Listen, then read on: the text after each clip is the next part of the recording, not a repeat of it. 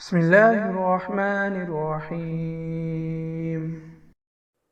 شعبان کی 15ویں رات یعنی شب برات میں کرنے کے کام۔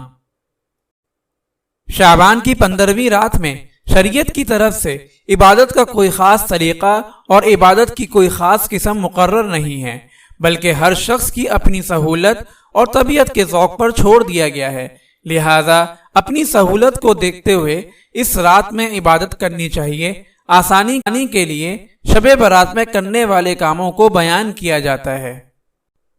عشاء اور فجر کی نماز باجماعت اپنے وقت پر ادا کریں۔ گناہوں سے بچنے کا خاص اہتمام کریں۔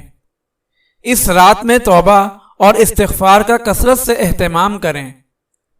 اپنے لیے اور سب مسلمانوں کے لیے صحت و عافیت، رحمت اور مقاصد حسنہ اور اپنے مرحومین کے لیے بخشش و مغفرت کی دعا کریں۔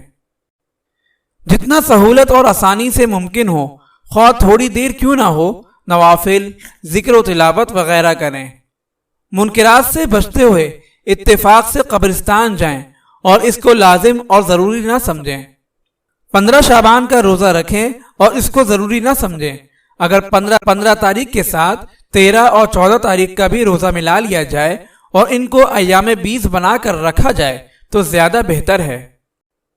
اس کے علاوہ جو لوگوں نے مختلف قسم کی چیزیں ایجاد کر رکھی ہیں اور ان کو شب برات کے ضروری ارکان اور حصہ سمجھا ہوا ہے، وہ خود ساختہ اور من گھڑت چیزیں ہیں جن کا شعبان کی 15ویں مبارک رات اور 15ویں شعبان کے دن سے کوئی تعلق نہیں۔ اللہ تعالی تمام بدعات سے بچنے کی توفیق عطا فرمائے، آمین۔ اگر آپ اس صدقہ جاریہ میں شامل ہونا چاہتے ہیں تو چینل کو سبسکرائب کریں اور لائک اور شیئر کرنا نہ بھولیں۔ جزاک اللہ خیرا۔